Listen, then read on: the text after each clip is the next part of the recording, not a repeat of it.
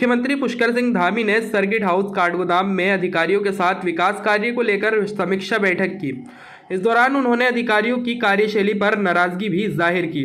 अधिकारियों को कड़े लफ्जों में उन्होंने अपना स्पष्ट संदेश देते हुए कहा कि भ्रष्टाचार किसी भी कीमत पर बर्दाश्त नहीं किया जाएगा।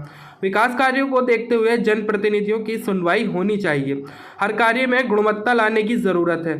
जनहित से जुड़े मुद्दों पर प्राथमिकता के साथ अधिकारी समय पर पूरा करें।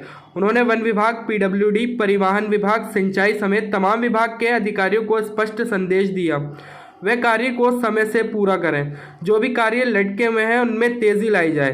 वहीं मुख्यमंत्री पुष्कर सिंह धामी ने खनन में हो रही देरी को लेकर कहा कि गोला खनन अवधि खत्म होने जा रही थी, जिसको लेकर उनके द्वारा खनन की अवधि बढ़ाने को लेकर उनकी तरफ से वन और पर्यावरण मंत्री से आग्रह किया गया, जिसके पश्चात वन एवं पर्यावरण मंत्री के द्वारा गोला नदी में खनन की अवधि को बढ़ा भी दिया है।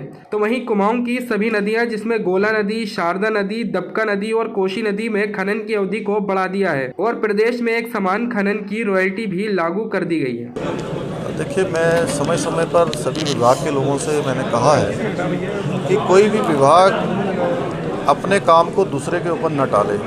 एक विभाग दूसरे पर टालता है, दूसरा तीसरे पर टालता है। इस प्रकार से कामों में विलम्ब होता है और कहीं भी पेंडेंसी नहीं होनी चाहिए, क्योंकि जीरो पेंडेंसी के आधार पर हम लोग काम कर रहे हैं। एक कार्य संस्कृति उत्तराखंड के अंदर बने, उत्तराखंड के अंदर लागू हो, उत्तराखंड के अंदर आगे बढ़े।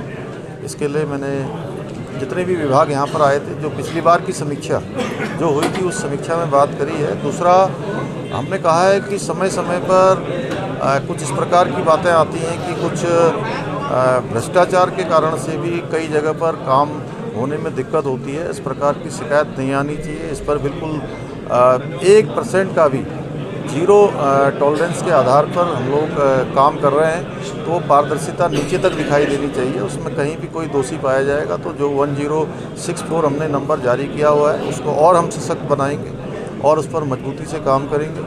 जनप्रतिनिधियों के सामाजिक क्षेत्र में काम करने वाले लोगों को हमारे शासन के लोग, प्रशासन के लोग अत्यधिक गंभीरता से लें और उनकी बातों को गंभीरता से लेकर जो भी दूरभाष इत्यादि हैं उस पर भी उनका सकारात्मक रूप से जवाब होना चाहिए, सकारात्मक रिस्पांस होना चाहिए। सबसे पहले तो मैं भारत सरकार के हमारे जो वन एवं पर्यावरण मंत्री हैं माननीय भूपेंद्र जी, उनका धन्यवाद करता हूं, भूपेंद्र यादव जी का, कि उन्होंने तत्काल जो हमारी 23 तारीख को गोला की जो अवधि है वो समाप्त हो रही थी और वहाँ पर बैठक भी नहीं हो पाई। हमने उनसे अनुरोध किया तो उन्होंने उसको बढ़ा दिया। इसके साथ साथ सभी नदियाँ जो गोला है, कोसी है, दाबका है, शारदा है, चारों को बढ़ाया है और आगे भी हमने उनसे अनुरोध किया है कि आगे भी हमारा बढ़ा दिया जाए, आगे आने वाले वर्षों के लिए भी उसको विस्तारित कर दिया जाए।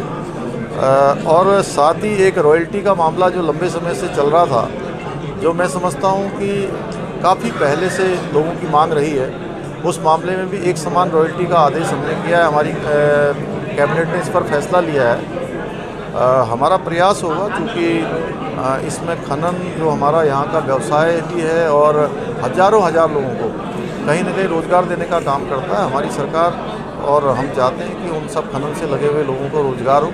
साथ ही में हमारे यहाँ का एक बड़ा राजस्व प्राप्ति का भी साधन है। तो निश्चित रूप से हम पूरी तरह से गंभीर हैं और हमारा प्रयास होगा कि ये जल्दी से काम हो सके।